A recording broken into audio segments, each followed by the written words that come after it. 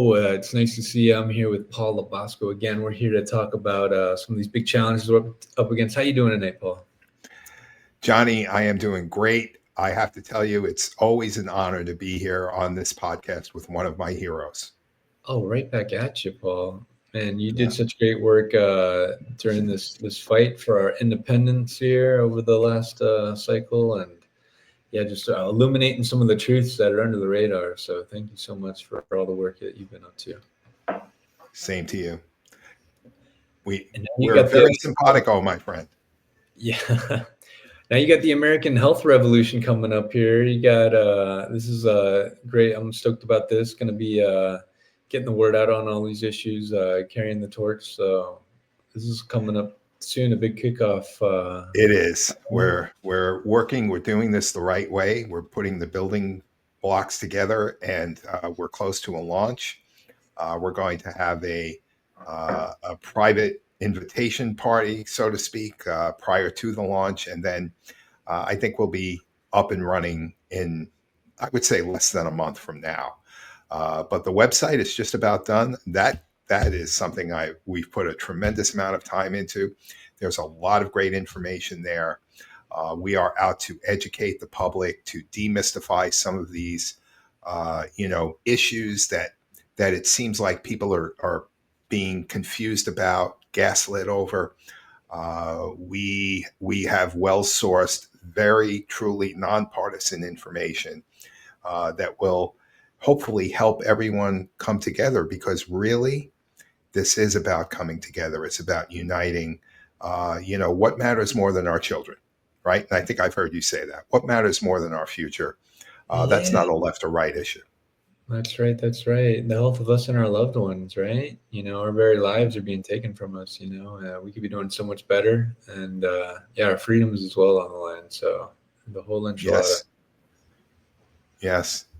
It was, this week we were doing some work, and I was reminded of the line, who said this, Johnny? If people let the government decide what foods they eat and what medicines they take, their bodies will soon be in as sorry a state as are the souls who live under tyranny. That, At first it sounded like Jefferson. Is that him? that is correct. All right. Yeah. Thomas Jefferson, who was one of our founding fathers, of course, our third president. But when you think about it, he's talking about some of the basic fundamental principles that this country was founded on, what they were breaking away from. And yet here we are again facing that same level of tyranny. And, I've been growing more and more comfortable using the F word, Johnny. Mm. That word is fascism. But we'll get to that. Meanwhile, I just have a quick public service announcement. And this is just an invitation. And you talk about this all the time. We need to understand as a people that we have the power. And what does that mean? What does that look like? Very simply, going into and feeling worthy and comfortable doing this, going into your local grocery store, asking for the manager and saying to them, hey, I've been reading up a lot on the food that we've been buying here in the stores, and we're growing concerned about the ingredients in the food, and we think that a lot of it is actually poisoning us over the long term. And we'd like to invite you to take a look at this and see what we can do together to improve the quality of the food on the store shelves. And where are you getting your food from? Let's talk about delivering more organic products to our store shelves. Let's talk about more local sourcing, right? Because this is a revolution. It's not just an art title, but it's an actual revolution. People are waking up. And so what we need to do from the grassroots level is we need to change the demand side of the equation by saying we no longer want this. We now want this. So that will force the hand of these corporations who, they can lobby all they want. They can support the candidates all they want. But if the people are refusing to buy these toxic foods, then that will change how they do business. That's exactly it. Yeah, and we choose with our dollars. How everybody's going to act. These economic incentives. That's what's so powerful. That's what's driving everything. So yeah, and making the voice heard, right? Being explicit about it. That's powerful. It's crazy.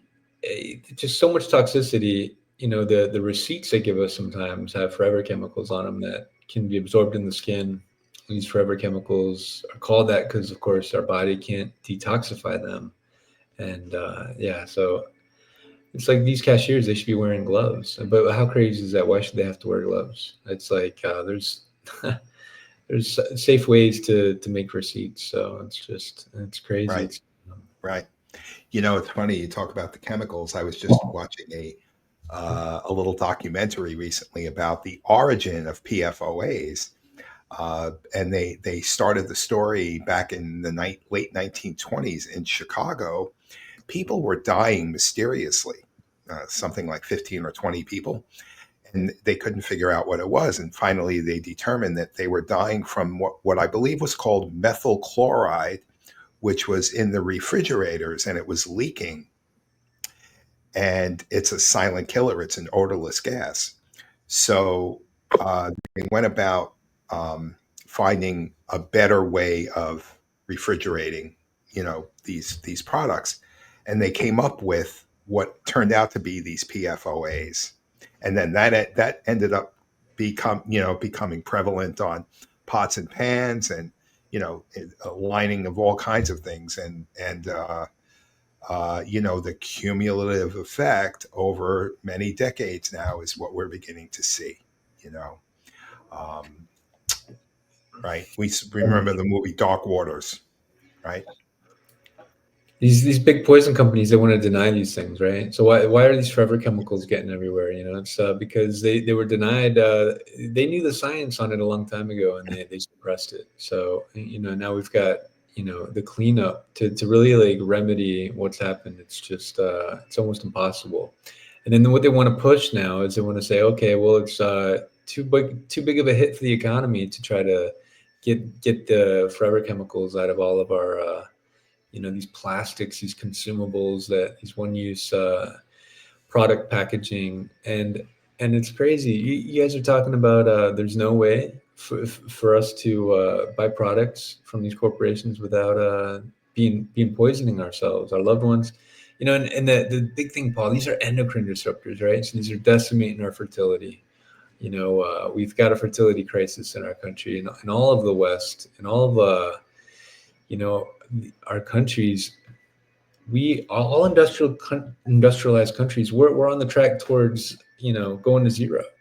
And the answer is just we'll just bring in some immigrants. Well, okay, well, they're going to have the same problem. So what is this? We're just this is a mass poisoning. This is a great poisoning. That's what Catherine Austin Fitts, that's what she's been talking about. And yeah, we just have to wake up to it. And this is what's so important about this movement, because the press, the media, the propagandists, for far too long, they've been silent on all of this.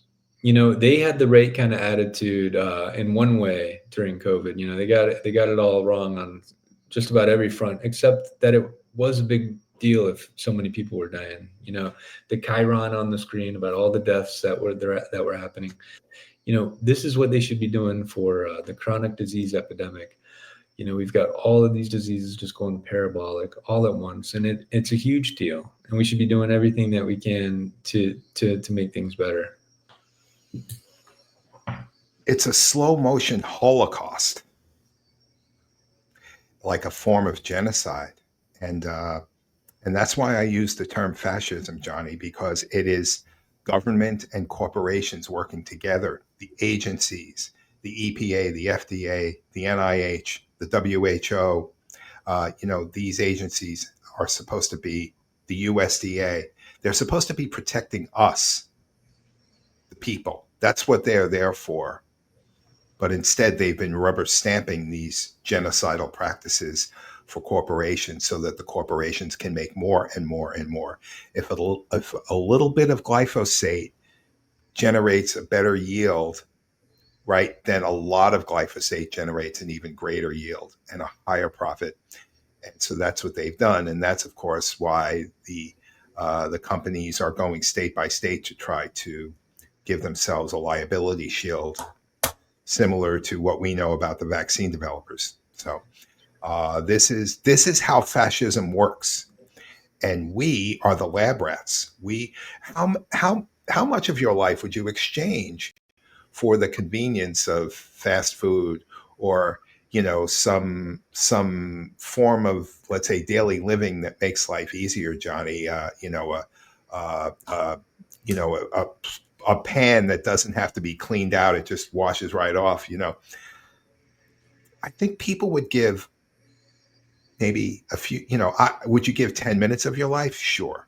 Would you give 10 days of your life? Maybe. How about 10 months? How about 10 years? Would you Right. exchange 10 years of your life so that corporations can make more money, giving us the appearance of, this illusion of prosperity? And that's what we're faced with today. Right. And it's not just like the last 10 months, right? It's like between now and then it's like not being as healthy and full of vitality and strength and energy as you should be. And it's not just you and I. It's not just a decision for one of us, but it's all of us. It's everyone that you care about. They're all being impacted by all of these toxins. So yeah, it's just it's incredible. You talk about these liability shields. Chuck Benbrook, he was just on Nicole Shanahan's podcast, Back to the People, this last week, and he was going over these Monsanto papers. So again, they knew the harms they were causing, and in Europe, in fact, their version of Roundup is close to 100 times safer, depending on how you look at it. So then we have their internal memos now talking about how they were discussing, well, hey, why don't we just make our version in America safer? And for whatever reason, they didn't. It seems like they didn't want to admit that it was harming people. It seems like they didn't want to fess up, but it's like, well, come on, you guys.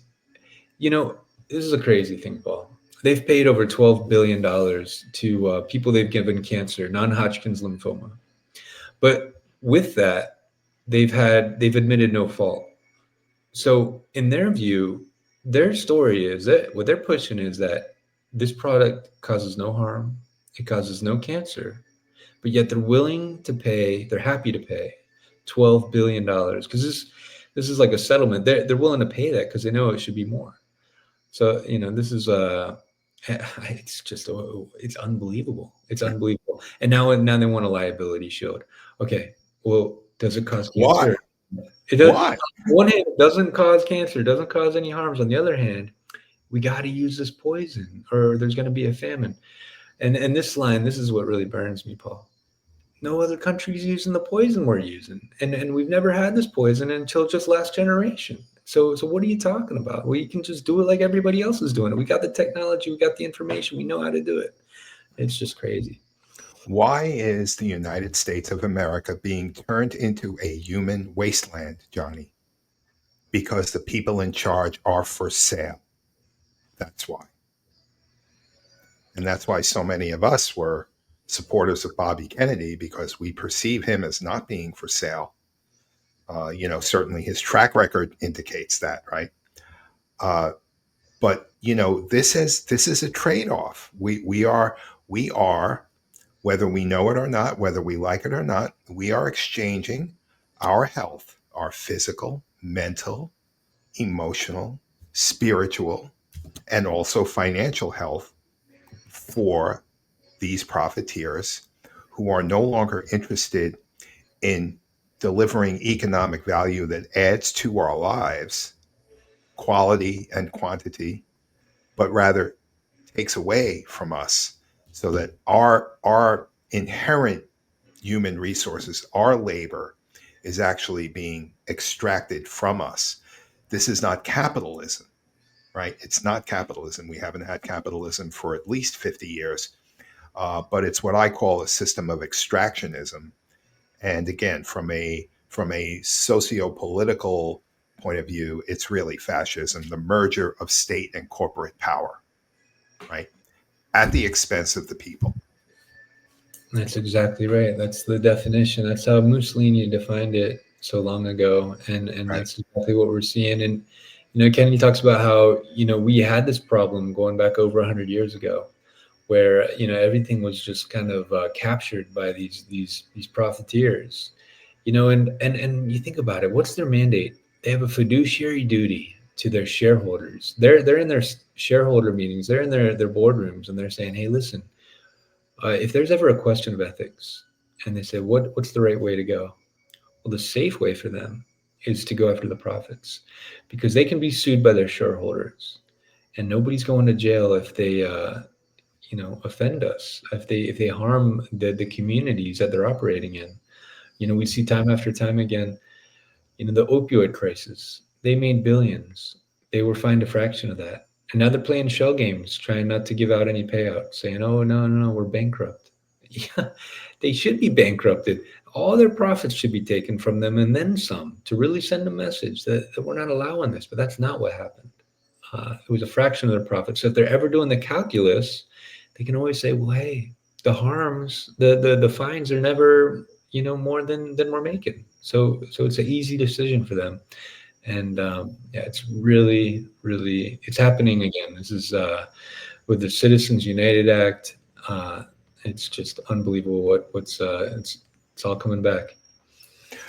I think Citizens United was a very dark moment, Johnny. A very dark moment, because that's when the gloves came off, and the money in politics was taken to a completely new level. Both parties, and yeah. So it's about profit, it's about power, and it's time for the people. That's why I started out by saying, go to your local grocer. You know, I don't know, however many people get to hear this podcast, and we'll talk more and more about this.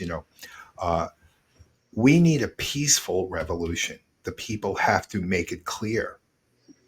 We have the power, and by being silent and not and just sort of going along, and even by picking fights, that's not the answer either. We're not going to win a boxing match. We have to rise above this and demand what we know in our hearts is the right thing, right? That's the people power that needs to come to the fore. That's my view. That's how we're approaching it at American Health Revolution.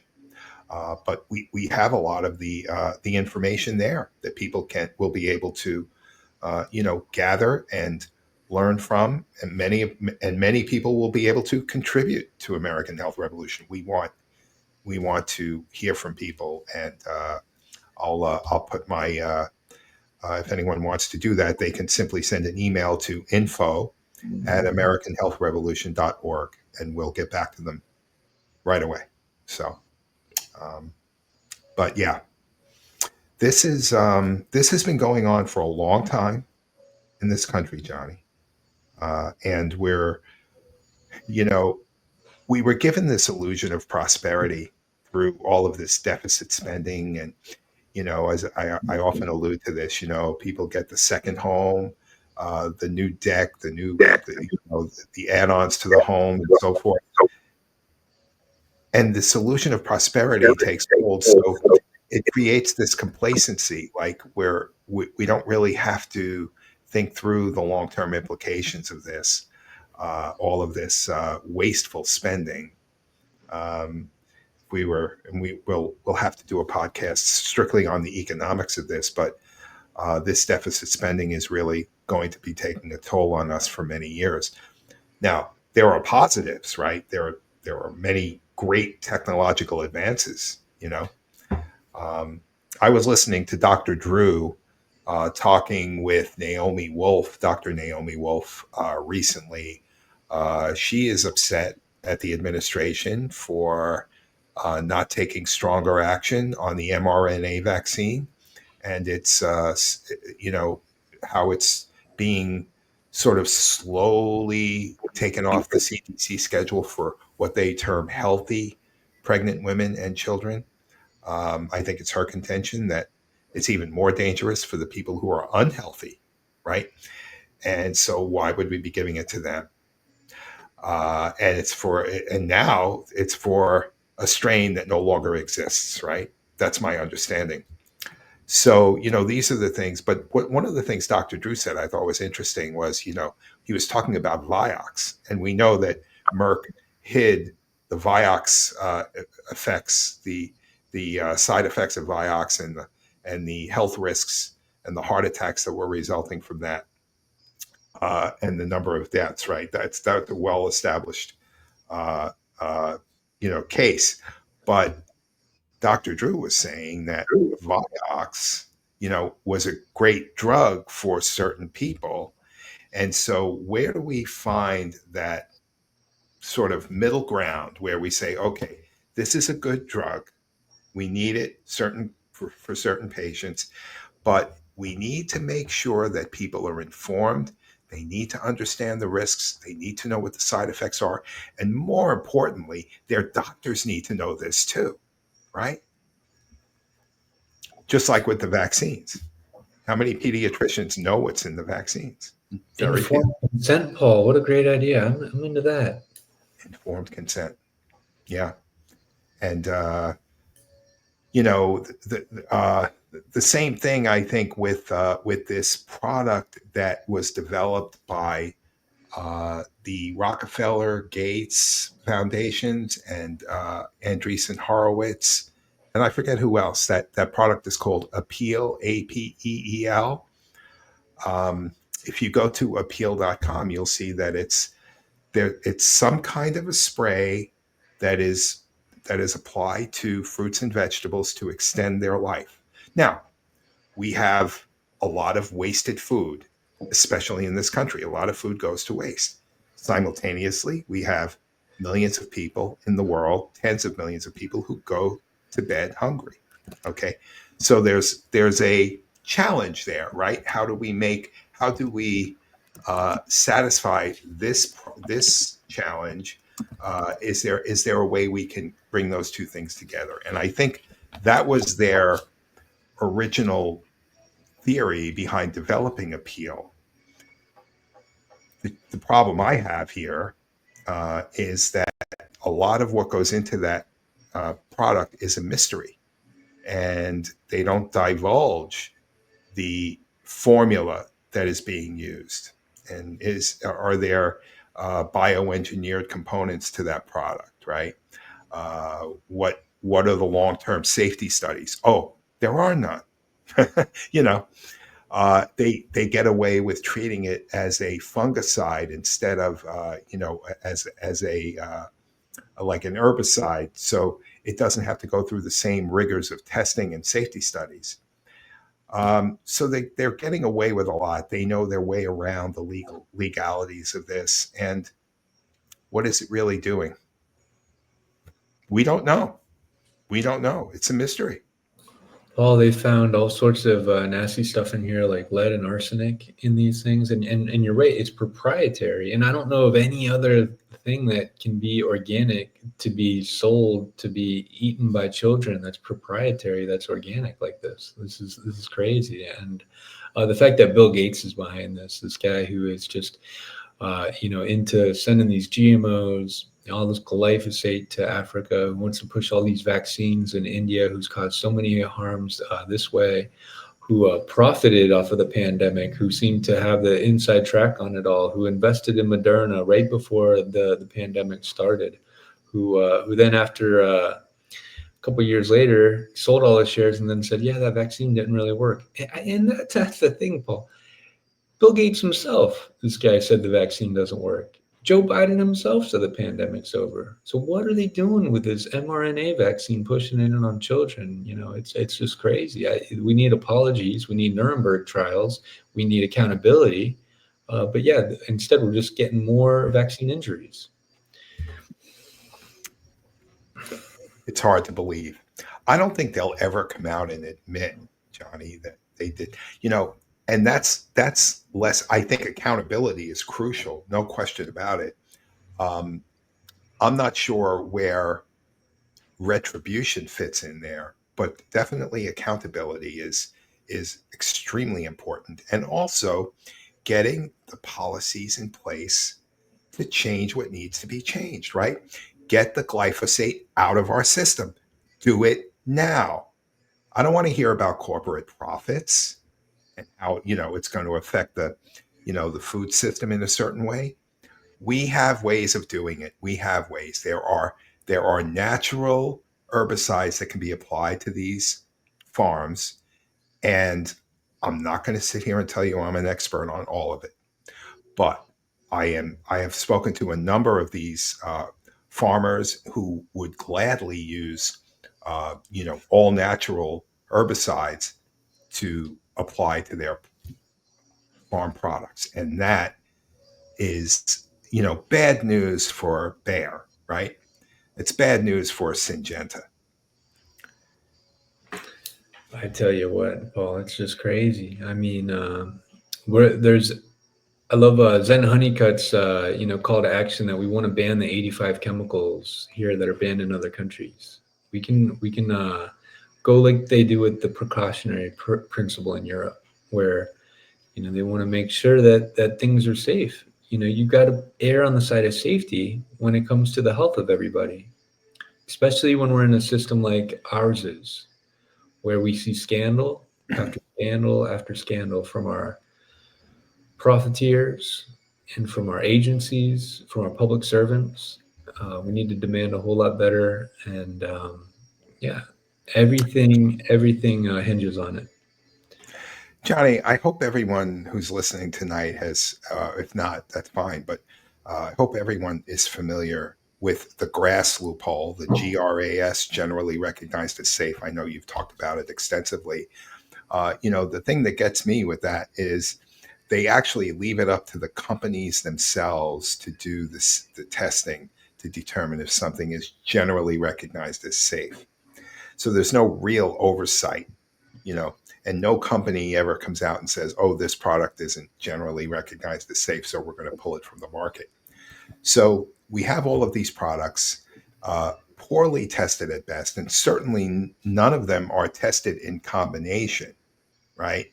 Right. So we're getting all of these ill long-term effects from, what's and we see it. Where do we see it? We see it with obesity, with diabetes, right?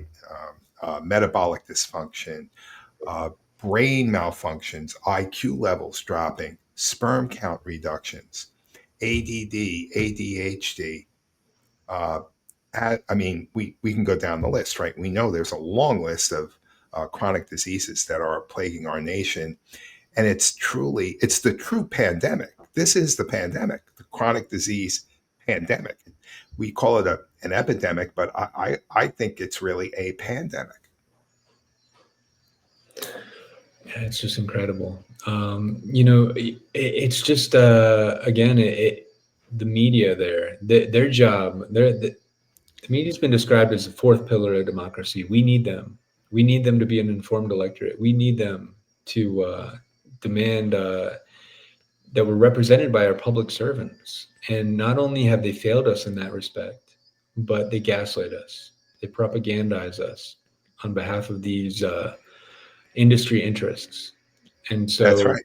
Another where fascist tool, right? Sorry.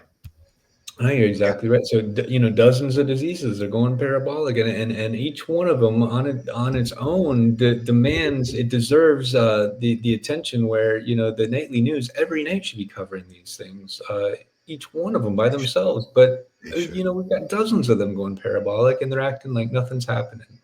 And yeah, they just present the other side like, I mean, this is just crazy, Paul, that we're allowing profiteers. Bayer is a Nazi German company. Okay, they have their roots in World War II, making the Zyklon gas, killing the Jews. They made the gas for the gas chambers, and now they're making the glyphosate that's killing us, more of us. They're killing tens of millions of us, maybe. And and the media doesn't want to report on it. They want to find some divisive web issue to devote all the time to devote all their energy to, and it's just it's despicable. It's a betrayal, and it's traitorous to all of us. uh, One of the best reporters out there who truly is a journalist is Cheryl Atkinson. I don't know if you're familiar with her work, but she has a weekly show. The name eludes me, but you watch some of her broadcasts, and she really talks about the issues, and she's not afraid to tackle what's controversial. Right? What is a minority view, Johnny? It's an important part of the free society, of the discourse. Without saying one person is right, one person is wrong, we need to hear those minority views. And just as an example, I was watching an interview done with, I think it was being done with someone from Epic TV, with Dr. Pierre Corey, who basically said, I had to leave the hospital system to be able to treat my patients, right? And he was talking about how ivermectin was demonized, hydroxychloroquine was demonized. Why? Because there was no money in those drugs. But remdesivir, thousands of dollars per app, for I don't know, for whatever prescription, there was a lot of money in that, even though the drug itself was essentially useless or worse for most COVID sufferers, right? There was So a failed Ebola drug. Paul, they said we can't use this on Ebola because its side effects are too yeah, strong. Ebola yeah, killed people. Like literally, it had like a massive kill rate, and it yeah, was too it was too yeah. toxic to use on Ebola if it was effective. But with COVID, yeah. So ivermectin, which was a drug that was developed by Merck, even Merck was trying to minimize its potential benefits. Uh, they didn't even come out and say that the drug was basically safe. They didn't even come out and say that much, right? So this is because they had a drug. They wanted to develop a drug to treat COVID. And if an off-label use of an existing drug can be used to treat COVID, then and they and the FDA says we can use this to treat COVID, then guess what? All of those vaccines are irrelevant. They can't be used. The EUA, the emergency use authorization, only applies if there's no existing drug to treat COVID. So lo and behold, you know they and when you have and not to digress too much on vaccines, Johnny, but right, when you develop a vaccine, you don't have to go through the safety testing. You can declare something safe and effective and try to make Jonny and Paul feel like the insane ones for claiming that it's not up to us to prove that the vaccines aren't safe. It's up to you to prove that they are safe, right? But they have a captive audience of hundreds of millions of people. They don't have to market to. They don't have to do the research. And then when you get, and this was something that I think Irene Mavrakakis spoke about with us not too long ago, how Moderna is developing a drug to treat the heart condition in young people that their own drug caused, the myocarditis. They had, what was it called, relaxant or something? Right. This is the same thing with the big ag, right? Bayer buys Monsanto. Why is big pharma buying up big agriculture? Well, it's because this Monsanto is creating the cancer that Bayer is treating. Now when Monsanto comes up and they say, hey, maybe you shouldn't be poisoning everybody, and instead of their decision being like, well, hey, we're making this much money selling the poison, and then this is the harms that we're getting in the courtrooms from killing so many people. Mm-hmm. Now Bayer has another side to their equation. They're saying, well, we're making tens of thousands of dollars off every course of chemo treatment. So it changes the whole equation for them, and they can just keep on going on and poisoning us. It's in their interests, and so they vertically integrated this, and Mm-hmm. yeah, it's unbelievable we're letting this happen. The exchange of human health for profit. That's what it is. And American the stewards of our system here in America, by and large, there are exceptions, no question. There are some real good guys in this fight, right? Uh, and you and I have, I think we know who they are. I mean, I'm not going to sit here and claim I know who the good guys are. I know who the bad guys are. There's a lot of, and sometimes my opinion has changed. I was not a fan of Ron Johnson up until about 3 years ago, and I have to tell you something. I have tremendous respect for Ron Johnson from Wisconsin for fighting the fight that he's fighting. Yeah, And he's been one of the you know, best. He's been doing it. Rand yeah, Paul, Cory Booker on the left. He's been calling out the pesticides as much as anyone. hmm Thomas Massey, going for Thomas freedom, and of Massey. course Yep. Kennedy for a long time. Man, I've always liked hmm Tulsi Gabbard calling out the war machine. Right now, I don't know all the details, but I know that peace is better than war, and I know that a lot of times we're in way too many skirmishes. I mean, I think about 10 to 100-fold the states over the last 60 years. So yeah, it's we got to scrutinize all this. Weapons of mass destruction. I thought we heard a report just a couple months ago that they weren't anywhere close to having a nuclear weapon. So yeah, it's just Iran, you mean? yeah, Yeah. exactly. Yeah. So that begs the question: what were they? What was Israel really? What was motivating them? Truly, I don't know the answer to that. That's above my pay grade, Johnny. I think I would leave that to the military political experts. But I have to say, I agree with you.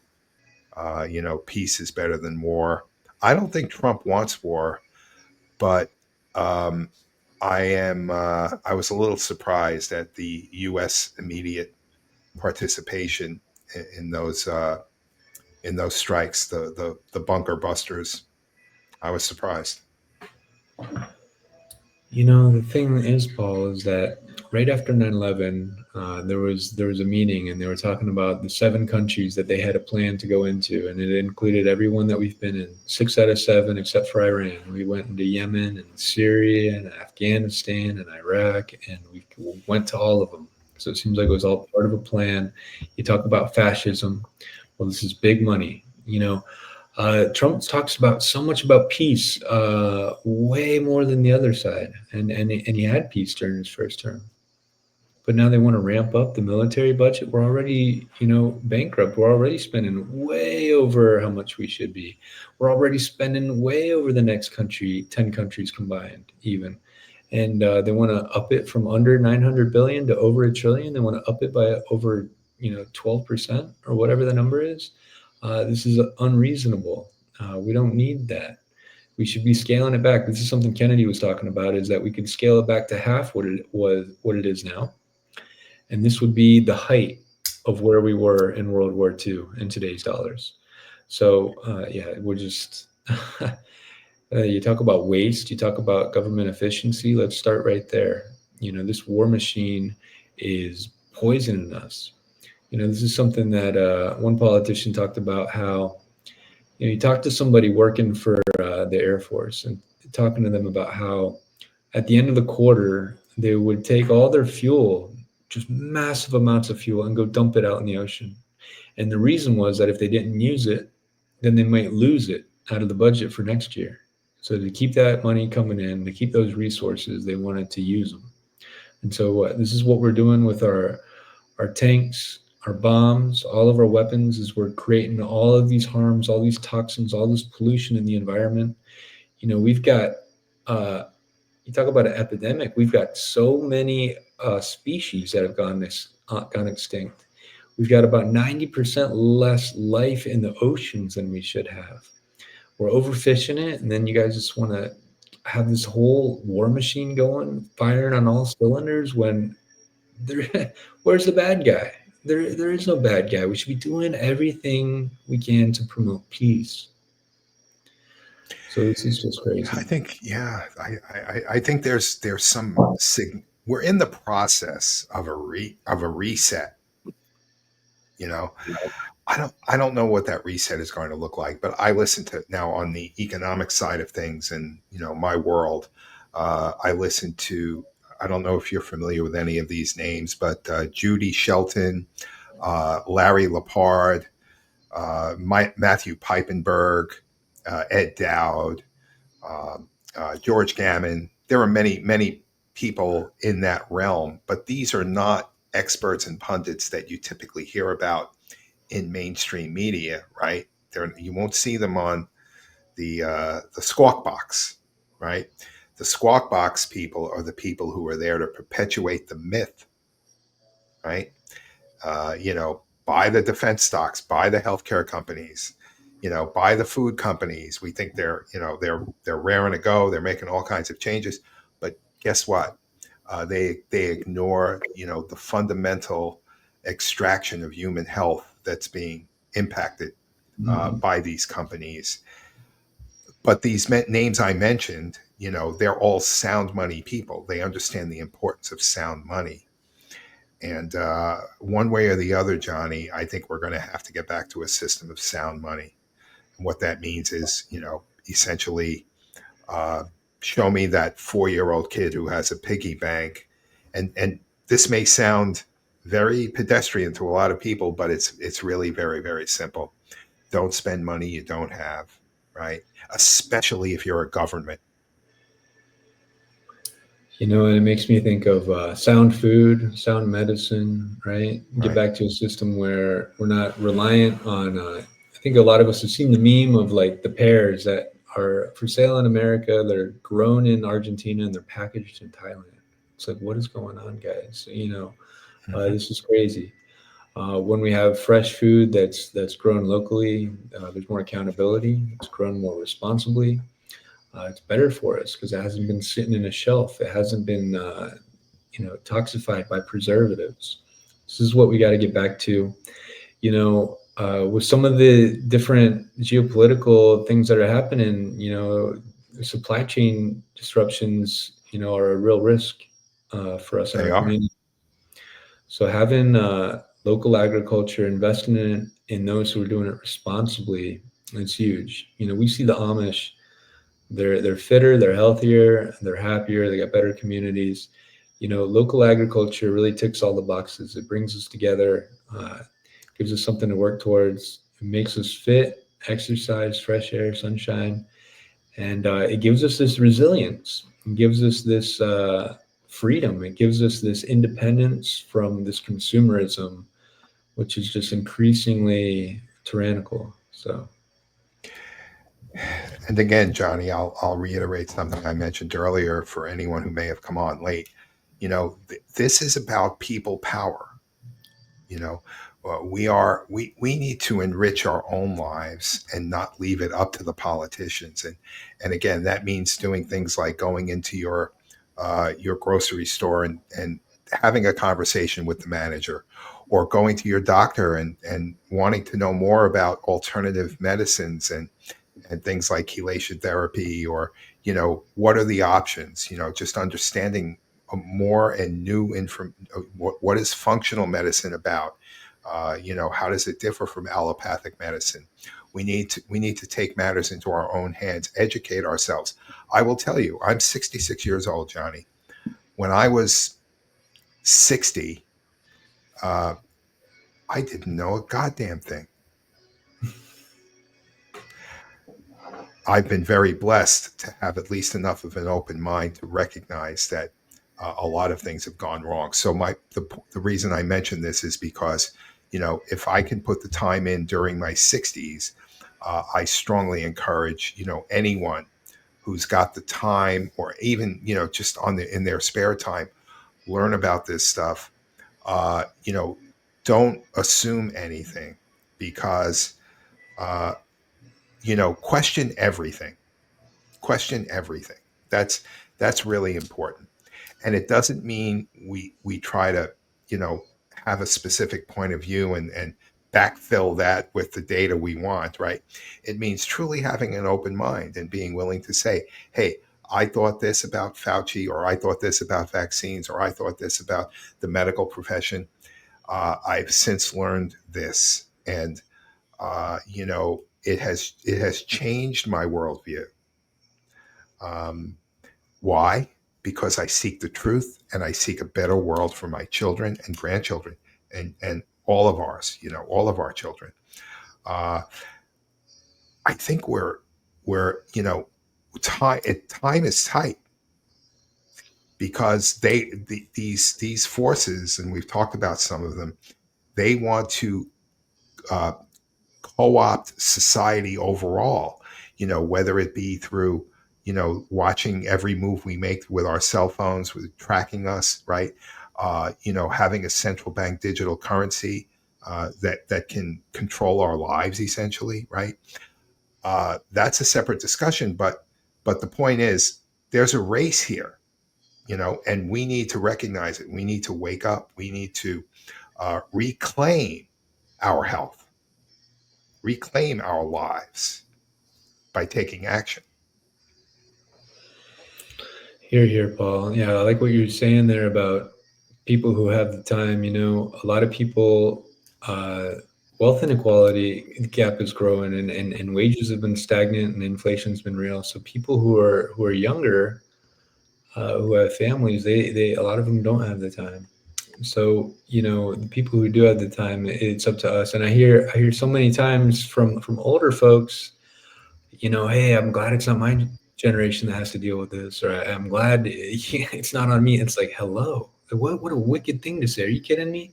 I mean, first of all, what gives your life, meaning? What gives it purpose? What makes it worth living is that you're part of something that matters. And everything's on the line right now. And this has always been the human condition, that we do the best we can, and then we have real challenges we face. And now when things are darkest, and we need all hands on deck the most, you're going to give up, throw in the towel, and said, good luck to you guys. I'm glad it's not me who has to deal with all this. That's I Unacceptable. I've heard that from so many people, Paul. I don't know, like, who's saying this on CNN, getting everybody to parrot it, but it's terrible. This is a kind of learned helplessness they got us under, and people got to snap out of it, because we need to stand up, organize. We got to speak with one voice. Um, we need to stand up against these tyrannical forces. We can make a golden age. We can make the world beautiful. We can do things with the technology and the know-how we have to really take care of people, and that's got to be the goal. And to give up and to want to let these people who are just serial criminals continue to consolidate their power, take our freedoms, and harm us. It's just it's unallowable. We can't allow it. And yeah, so thank you, Paul, for standing up. And you talked about critical thinking. How crazy is it that for critical thinking, having that cynicism that all journalists should have, that we should all have, Right, trust but verify, be right, gentle as doves but wise as serpents. you know how wild is it that they get you to say, oh, that you're a conspiracy theorist? I'm sorry, if you're a journalist, that's your job, is to be a conspiracy theorist, and you need to be sure, sharing all your conspiracy theories with all of us. And if you're not doing that, then you need to put down the mic and go home. That's right. exactly what you're supposed to be doing. And meanwhile, what I'm going to do is I'm going to play connect the dots. And if something makes too much sense to me, then I'm going to consider that as a possibility. And you can call me a conspiracy theorist. I'll gladly accept the title because I have a theory that there's a conspiracy. Now, what we need to do is find out who are the conspirators, right? And those are the ones we need to hold up to be accountable. Well, I'll tell you who's in on it. All right. It's these journalists. You talk about cynicism. I tell you, whether if you think that everything they're saying on Fox News is right, okay, they're lying to you. If you think everything they're telling you on CNN on the blue side is right, they're lying to you. We got to have a healthy cynicism. Those people who are paying for those ads for a third of the time that the TV's on, it's those interests they're representing. They set the agenda. And so we need to have a healthy cynicism about all of it. And then we need a a third option, is to wake up to this, just to bring us together. We should all agree that our food should be safe to eat. We should all agree that our medicine should have real scrutiny about the science behind it. All agree that we want to keep our freedoms, especially in the face of the power of increasing technology and surveillance. So, it's easy things that we should all be able to agree on, Paul. So, Exactly. My call to action for people is, hey, help get the word out the best you can. If you don't want to do that on a federal level, on a bigger level, do it on a local level. And if you don't want to do that, you know what? The more that we're feeding bunnies and watering flowers, the more that we're creating abundance locally, responsibly, the more we're all free, the more we're all resilient, and the more we're all healthy. So there's a lot of ways that we can support the movement for all of us. And that includes contacting us at American Health Revolution at this info at americanhealthrevolution.org. I think once we launch in the next few weeks, we're going to grow quickly, and everyone can participate in that. I don't want to go put the cart before the horse too much, but I uh, I do know that we're going to bring integrity to the process. Uh, we're going to seek truth, and we're going to put the people and the patients first. That will happen. Well, here. Well, I'm appreciative of it all. Paul, you got anything else? Oh, Johnny. Well, assuming we don't have all night, I think we can leave it here because there is a lot to talk about. We'll get to it next time. But you, my friend, are a true warrior. You know your stuff, and you bring solutions, and that's what the world needs. That's what this country needs. So keep fighting that good fight, my friend. Right back at you, Paul. Thank you so much. Okay. Mahalo. All right. Ciao for now. Ciao for now.